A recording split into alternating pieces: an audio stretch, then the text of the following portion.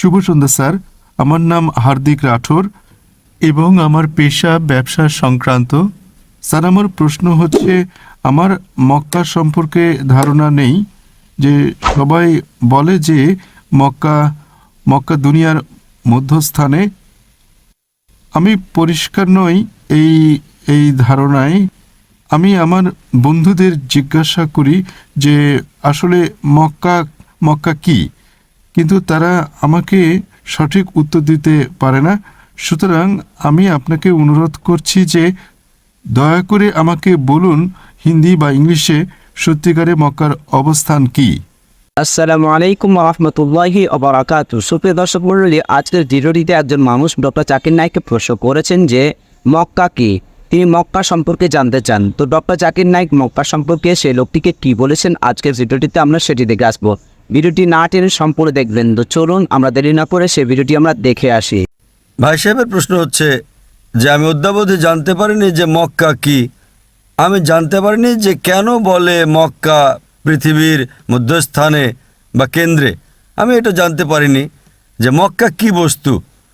ভাই সাহেব, মক্কা যেভাবে কোরআন মজিদে উল্লেখ আছে সূরা আলে ইমরান সূরা নম্বর 3 আয়াত নম্বর 96 যে বাক্কা সেই জায়গা যা সর্বপ্রথম ইবাদতের জন্য বানানো হয়, সর্বপ্রথম ইবাদতের স্থান বানানো হয়, তা হলো মক্কা।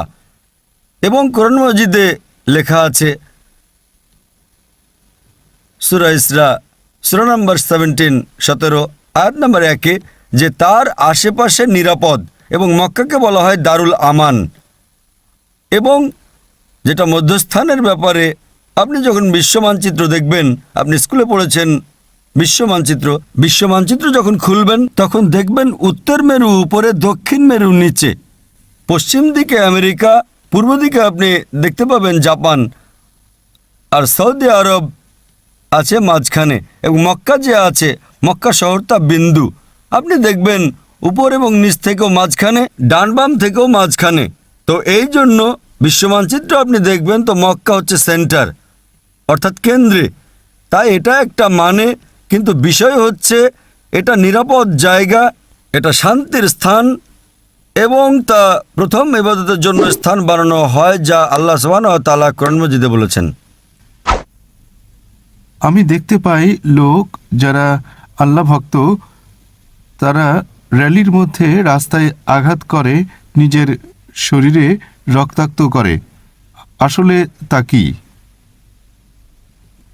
ভাই সাহেব প্রশ্ন করলেন যে আমরা দেখি যে মুসলমানরা নিজের শরীরে আঘাত করে রক্তাক্ত করে, এটা কি? কোরআন মাজিদে কোথাও লেখা নেই যে মুসলমান নিজের শরীরে আঘাত করবে। কোরআন মাজিদে কোথাও লেখা নেই যে মুসলমান নিজের শরীরে রক্ত ঝরাবে। সহিহ হাদিস আছে, সহিহ হাদিসে আল্লাহ রাসূল বলেন, যদি কেউ মারা যায়, আপনার ঘরের কেউ, বা কোনো ক্ষতি হয়, সর্বোচ্চ আপনি 3 দিন পর্যন্ত শোক পালন করতে পারেন। 3 দিনের বেশি নয়, কেননা কারো যে মৃত্যু হয় তা আল্লাহর পক্ষ থেকে। তো মারা যাবার পরও, মৃত্যুর পরও যদি আপনার শোক পালন করতে হয়, যদি আপনি চান যে কাঁদবেন বা শোক পালন করবেন, তা সর্বোচ্চ 3 দিন।